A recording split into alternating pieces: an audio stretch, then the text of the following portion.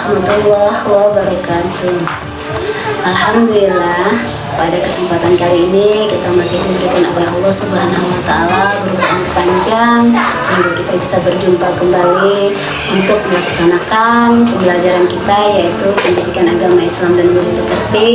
Pada pertemuan kita yang ketiga ini, yakni pembahasan kita adalah rukun dan hikmah puasa Ramadan yang dapat membentuk akhlak mulia. Jadi di sini kemarin di pembelajaran 1 dan 2, pertemuan 1 dan 2 kita sudah membahas tentang pengertian puasa, kemudian macam-macam puasa, kemudian ada syarat wajib puasa, syarat sah puasa. Nah, yang ketiga ini kita bahas tentang rukun dan hikmah puasa. Baiklah, kita bahas dulu tentang rukun puasa. Nah, rukun, apa itu arti rukun? Rukun itu adalah hal-hal yang harus atau perkara yang harus dikerjakan dalam puasa. Nah, rukun puasa yang pertama adalah berniat di malam hari. Jadi artinya apa? Diniatkan di malam hari, atau bisa juga kita niatkan dari awal bulan Ramadan itu kita niatkan untuk berpuasa 1 bulan penuh. Nah, jadi tidak ada alasan karena kebiasaan kalian berkata tidak puasa karena alasan lupa niat itu tidak menjadi alasan, karena bahwasanya ketika kita berpuasa mulai dari awal bulan Ramadan kita niatkan untuk berpuasa 1 bulan penuh. Nah, ketika suatu saat kita lupa malam untuk berniat gitu, atau kita ketiduran lupa sahur, nah puasa kita tidak harus kita tinggalkan, puasa kita tidak batal karena kita berniat di awal puasa itu niatnya 1 bulan penuh. Nah, itu tadi.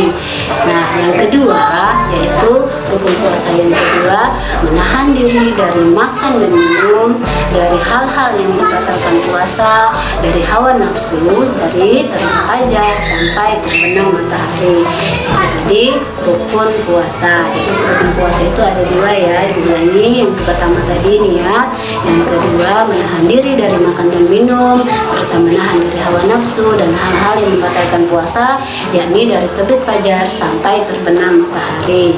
Nah, kemudian yang keempat atau yang terakhir adalah hikmah puasa. Yang pertama, wujud rasa syukur kepada Allah.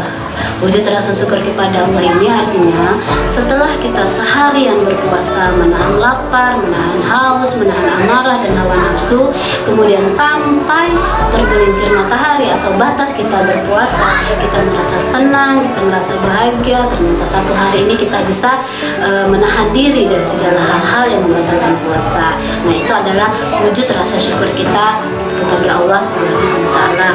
Kemudian yang kedua adalah melatih sikap sabar dan mengendalikan diri. Nah, ketika kita sedang berpuasa, kita sayang dengan puasa kita. Kita tidak mau puasa kita rusak pahalanya karena kita marah-marah, karena kita tidak jujur, karena kita tidak bisa mengendalikan diri kita. Itu yang ketiga, yaitu melatih sikap jujur. Nah, jujur di sini artinya apa? Jujur dalam perbuatan, jujur juga dengan perkataan. Nah, ketika perbuatan kita apa? Kita nggak tahan ini, pengen minum, kita minum. Kita bilang kepada orang tua kita masih puasa. Nah, itu sama juga kita tidak jujur.